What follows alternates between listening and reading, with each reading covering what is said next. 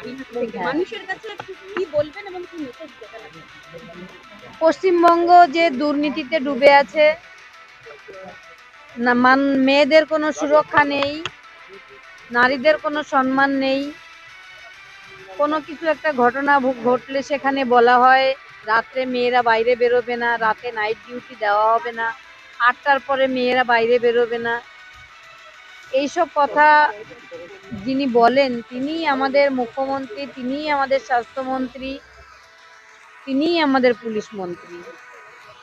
আমার এটাই দাবি যে সবাই ভয় না পেয়ে সবার নিজেদের অধিকারগুলো সম্বন্ধে সচেতন হও এবং অধিকারগুলো ছিনিয়ে নেওয়ার লড়াই।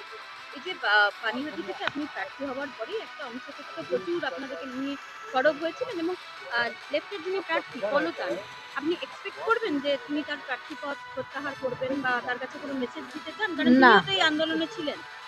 আমি কোনো মেসেজ দিতে চাই না।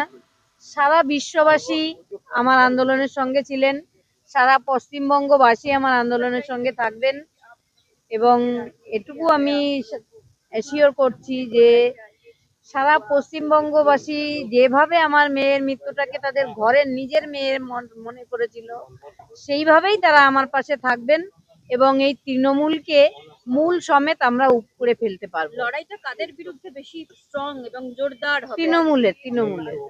পলতানকে নিয়ে আপনার বক্তব্য কি? ও আমার ছেলের মতো, ও আন্দোলন করেছে, ওর বিরুদ্ধে আমি কিচ্ছু বলবো না।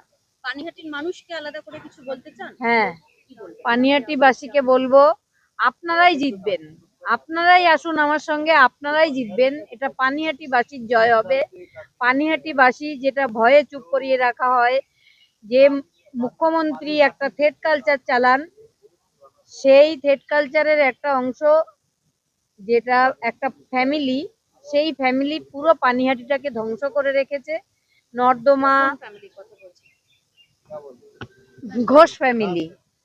নির্মল ঘোষের কথা বলছেন? হ্যাঁ, কোন ঘোষ?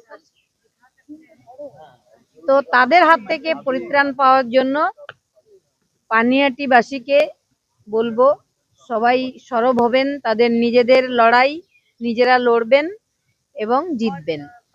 সোশ্যাল মিডিয়াতে আমি জানি না আপনি দেখেছেন কিনা, সোশ্যাল মিডিয়াতে একটা কম্পেয়ারও হচ্ছে যে নির্ভয়া দিদির মা তিনি রাজনীতিতে এলেন না, কিন্তু অভয়ার মা তিনি আমি এই বিষয়ে কোনো কথা বলবো না, এখন সময় বলবে। Thank you.